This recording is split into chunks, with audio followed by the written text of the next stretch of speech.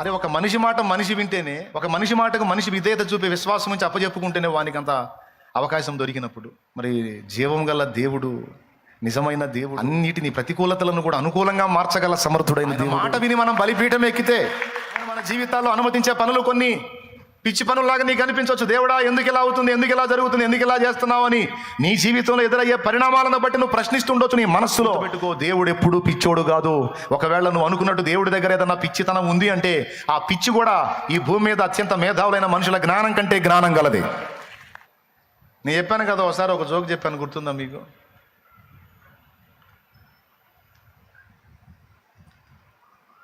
నేను చెప్పిన మాట వింటే కోటీశ్వరుణ్ణి చేస్తానని ఒకడు తిరుగుతున్నాడంట రోడ్డు మీద పిచ్చోడ్లాగా. నేను చెప్పిన మాట వింటే కోటీశ్వరుణ్ణి చేస్తాను, నేను చెప్పిన మాట వింటే ధనాధిపతిని చేస్తాను, నా మాట వింటే ధనాధిపతిని చేస్తానని రోడ్డు మీద తిరుగుతున్నాడంట, పిచ్చోడ్లాగా ఉన్నాడంట. ఒకడు రోడ్డు మీద తిరుగుతూ ఉంటే ఎవడు పట్టించుకోలేవాడిని, ఇట్లాంటి మాటలు మాట్లాడాడు. ధనాధిపతిని చేసే సీన్ ఈడుకుంటే ఈడెట్టెందుకుంటాడు పిచ్చోడ్లాగా, ఎవడో పిచ్చోడ పోనీరా అనుకున్నారు. రోడ్ల మీద తిరుగుతూ ఉన్నాడు. సరే ఏం చేశాడు, చెప్పిన మాట ఏంటి ఎట్లా చేస్తానంటే ఎవడు పట్టించుకోవట్లేదు, మళ్ళీ మాట మార్చాడు. పెట్టుబడిస్తే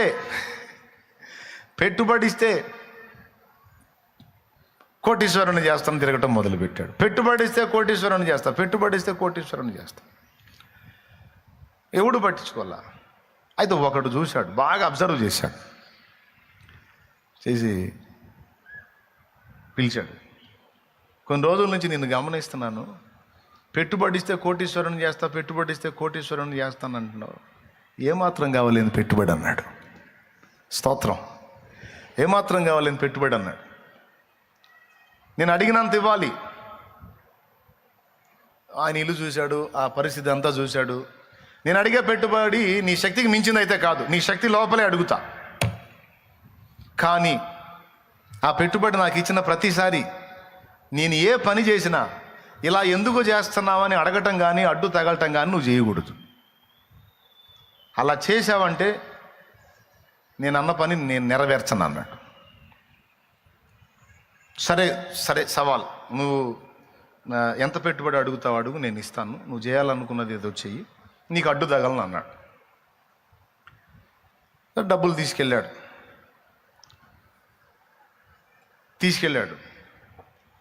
కొద్ది రోజుల తర్వాత మళ్ళీ వచ్చాడు. మళ్ళీ డబ్బులు కావాలి పెట్టుబడి అన్నాడు. ముందు తీసుకెళ్ళావుగా, ఏం చేసావు అన్నాడు. అడగొద్దని చెప్పాగా అన్నాడు. అడగొద్దంటే నేను ఏదో తప్పు పట్టడానికి డబ్బులు ఇవ్వకుండా ఎగ్గొట్టడానికి కాదు, ఇచ్చేది ఖాయం. మామూలుగా ఏం చేసావనంటే పేడ కొనాలి అన్నాడంట. ఏంటిది? పేడ గేదెలు వేస్తాయిగా పేడ కొనాలి అన్నాడంట. పేడ కొన్నావా? పేడేం చేసుకుంటావు?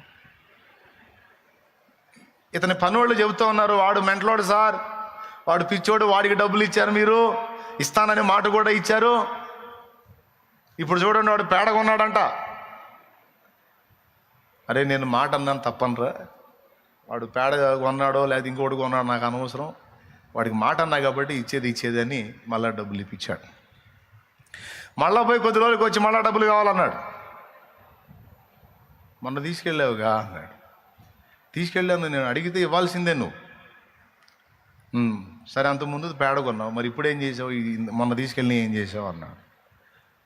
ఎగ్గొట్టడానికి కాదు, డబ్బులు ఇస్తా, ఏం చేసావు అని తెలుసుకుందామని. పిడకలు చేసాలే అన్నాడు. ఏంది పిడకలా? ఓరే వీడి తెలివి తగలే, పిడకల వ్యాపారం చేయటానికా అనుకున్నాడు. వాళ్ళు చెప్పారు, వాడు ఏందో పేడ అంటున్నాడు, పిడకలు అంటున్నాడు. ఏం సార్ మీరు ఇన్ని డబ్బులు ఇస్తా ఉన్నారు, మాట అన్నారా, తప్పేం లేదని. పోయాడు. మళ్ళీ కొద్ది రోజుల తర్వాత వచ్చాడు, డబ్బు కావాలన్నాడు. మళ్ళీ డబ్బులు ఇచ్చి ఈసారి దేనికి అన్నాడు. పని కూడా వింటున్నారు, పేడ కొన్నాను, పిడకలు చేశాను, తగలబెట్టాలి అన్నాడు. ఏంది తగలబెట్టాలి? అందుకు అన్నాడు. తగలబెట్టాలా? మీకు చెప్పలేదా సార్? వాడు పిచ్చోడు సార్, ఊరు మొత్తం వాడిని వదిలేశారు, నువ్వు వాడిని పట్టుకొని ఏంది సార్ నువ్వు? పేడ కొన్నాడంట, పిడకలు చేసాడంట, తగలబెట్టాలంట. తగలబెడితే ఇంకేం మిగిలిద్దండి? పిడకలన్నా ఉంటే ఎవడన్నా కొన్ని ఏదన్నా ఇంట్లో వంట చెరుగ్గా వాడతారు, చచ్చిపోతే ఆ దినాలుగా వనాలుగా వాడతారు. ఇప్పుడు ఏం చేయను వాడు బూడిద ఏం చేస్తాడండి? కాల్చి బూడిద చేస్తాడండి, ఇయ్యవాకండి అంటారు. మాట అన్నాను రా, వాడు ఏం చేసిందో పిచ్చి పని అయినా సరే నేను ఇక అడ్డు తగిలేదు. ఇక పోయాడు, 4వ రౌండ్ వచ్చాడు. డబ్బులు కావాలన్నాడు. అయ్యా పేడ కొన్నావు, పిడకలు చేసావు, బూడిద చేసావు, ఇంకెందుకు అన్నాడు. ఇంకెందుకంటే అదంతా ఊళ్ళో లేకుండా సముద్రం ఒడ్డును పోయటానికిలే అన్నాడు. బూడిది ఆడుంటే ఏమయ్యా, దాని ఊళ్ళో ఉన్నాయి కూడా ఆ సముద్ర ఒడ్డును చేర్చాలా? ఏదో తగలబెట్టి నాకు కర్మగాలు అన్నాను కదా.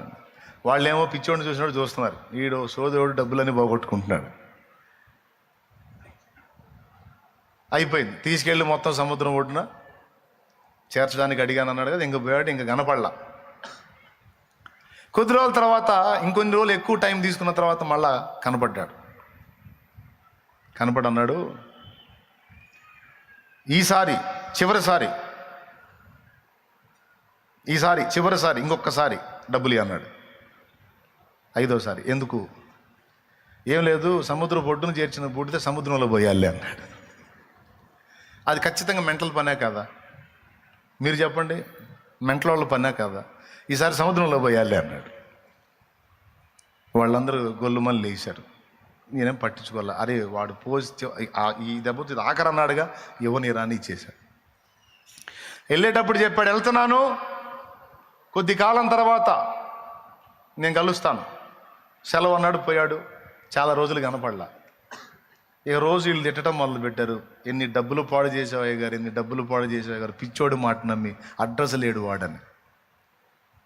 తర్వాత కొన్ని రోజుల తర్వాత కనపడ్డాడు. కనపడి ఈసారి డబ్బులు అడగల. ఏమన్నాడు తెలుసా? నమ్మకమైన కొంతమంది పనివారిని ఏర్పరచుకోమన్నాడు. నమ్మకమైన కొంతమంది పనివారిని ఏర్పరచుకో, సముద్రపు ధరిని కొన్ని పడవలు సిద్ధం చేసుకో. నువ్వంటే ప్రాణం ఇచ్చేవారిని కొంతమందిని ఏర్పరచుకో, సముద్ర ఒడ్డున పడవలు సిద్ధం చేసుకో. ఫలానా రోజు రాత్రికి నువ్వు రావాలి అక్కడికి అన్నాడు. ఫలానా రోజు రాత్రికి రావాలి నువ్వు, మనం నైట్ ప్రయాణం చేయాలన్నాడు. ఎక్కడికంటే సముద్రంలోకి అన్నాడు. వద్దు సార్, వాడిని నమ్మకూడదు, వాడు అసలే మెంటలోడు, తీసుకెళ్ళి నెట్టిన ఎడతాడు, ఎందుకు వచ్చిన గొడవ? ఇన్ని డబ్బులు ఆగం చేసిన నిన్ను ప్రాణాలతో కాపాడతాడా? వాడి మాట నమ్మిపోదని లేదురా, వెళ్ళాల్సిందే అని చెప్పిన ప్రకారం అన్నీ సిద్ధం చేసుకొని వెళ్ళారు. దాంతోపాటు కొన్ని వస్తువులు చెప్పాడు. వాటిలో కొన్ని గోనె సంచులను సిద్ధం చేసుకో, కొన్ని సంచులను సిద్ధం చేసుకోమన్నాడు. ఇంకా కొన్ని వస్తువులు చెప్పాడు. అవన్నీ నీతో పాటు ఉండాలి, పని వాళ్ళు ఉండాలి, పడవలు ఉండాలి. అన్నీ రెడీ చేసుకొని పడవలు వేసుకొని ఇంక వెళ్ళారు లోపలికి. ఎక్కడికి వెళ్తున్నామంటే, నేను తీసుకెళ్తాను, నిశ్శబ్దంగా ఉండు, మన ప్రయాణం ఎవరికి తెలియకూడదు, అందుకే రాత్రి వెళ్ళరమ్మన్నాను. నైట్ బయలుదేరి వెళ్ళారు, సముద్రం లోపలికి వెళ్ళిపోయారు. వెళ్ళి వాళ్ళు చేరాల్సిన దిబ్బ దగ్గర చేరేటప్పుడు చాలా తెల్లవారుజాము, ఇంకా చీకటిగానే ఉంది. ఆడికి చేరి త్వరగా దిగండి అని చెప్పి, ఆ సముద్రం మధ్యలో అక్కడక్కడ దిబ్బలు ఉంటాయి.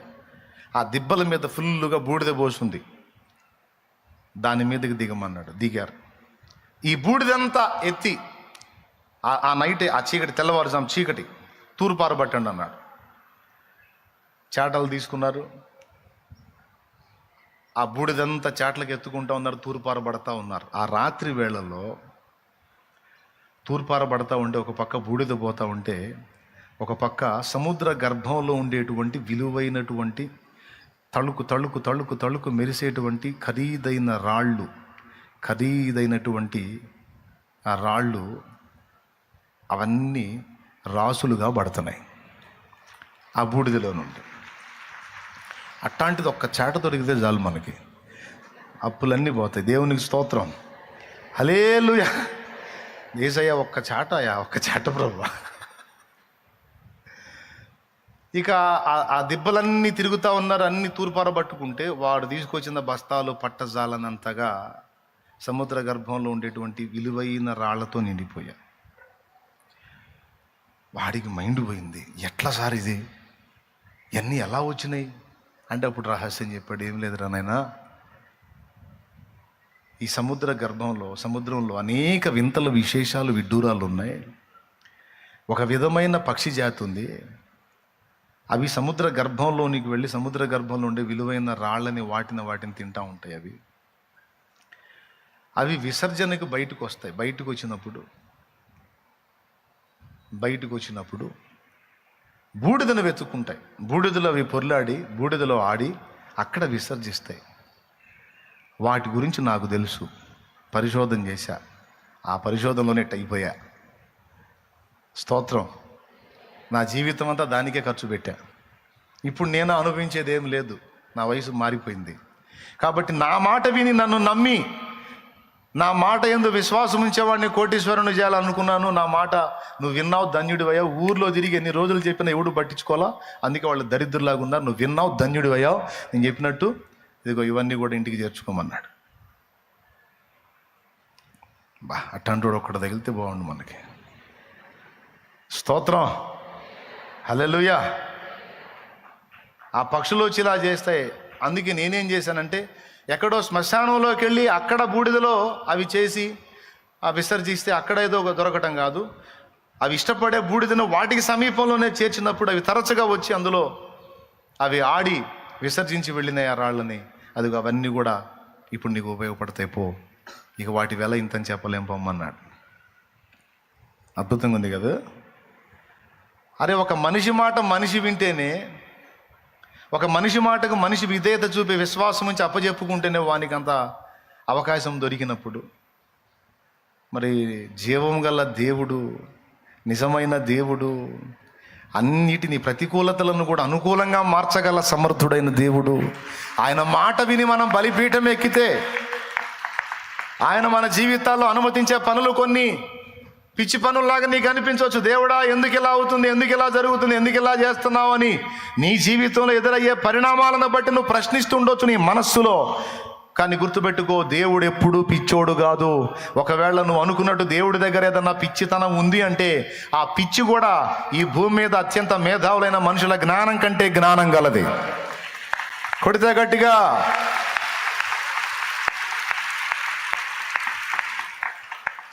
యేసయ్య పిచ్చోడా? దేవుడు పిచ్చోడా? పిచ్చి పనులు చేస్తాడా? నీ జీవితంలో మరి అనుకోనని పరిస్థితులు, ప్రతికూలతలు ఎదురవుతున్నాయి కదా. దేవుడు నీతో ఆడుకుంటున్నట్టు అనిపిస్తుంది కదా నీకు. దాన్ని బట్టి ఏమనుకుంటున్నావు నువ్వు? ఇప్పుడు చెప్తున్నాను దాని గురించి. దేవుడు ఎప్పుడూ పిచ్చి పనులు చేయడు, దేవుడు ఎప్పుడూ పిచ్చోడు కాదు. ఒకవేళ దేవుని దగ్గర వెర్రితనం అంటూ ఉంటే అది మనుషుల జ్ఞానం కంటే జ్ఞానం గలది అని పౌలు మహనీయుడు మాట్లాడాడు. అలాంటి మహాజ్ఞాని అయిన వాని చేతుల్లో నువ్వు నేను మన జీవితాలు పెట్టినప్పుడు మనకి, కుటుంబాలకే కాదు, సమాజాలకు కూడా దీవెనకరంగా మనల్ని మారుస్తాడు.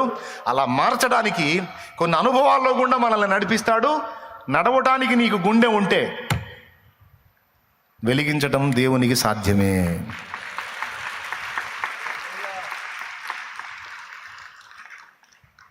ఓకే. ప్రతిదినము నీ యొద్దకు ఆకర్షించి ప్రభువా నిన్ను ప్రార్థింపగ ప్రేరణనిచ్చి, ప్రతిదినము నీ యొద్దకు ఆకర్షించి ప్రభువా నిన్ను ప్రార్థింపగ ప్రేరణనిచ్చి, ప్రతి చోట నీకై జ్యోతిగా నిలిపి, ప్రతి చోట నీకై జ్యోతిగా నిలిపి, పరిశుద్ధాత్మతో నన్ను నింపుమా, పరిశుద్ధాత్మతో నన్ను నింపుమా, ఆరాధనే చేయనా, ఆనందమే పొందనా, ఆరాధనే చేయనా, ఆనందమే పొందనా.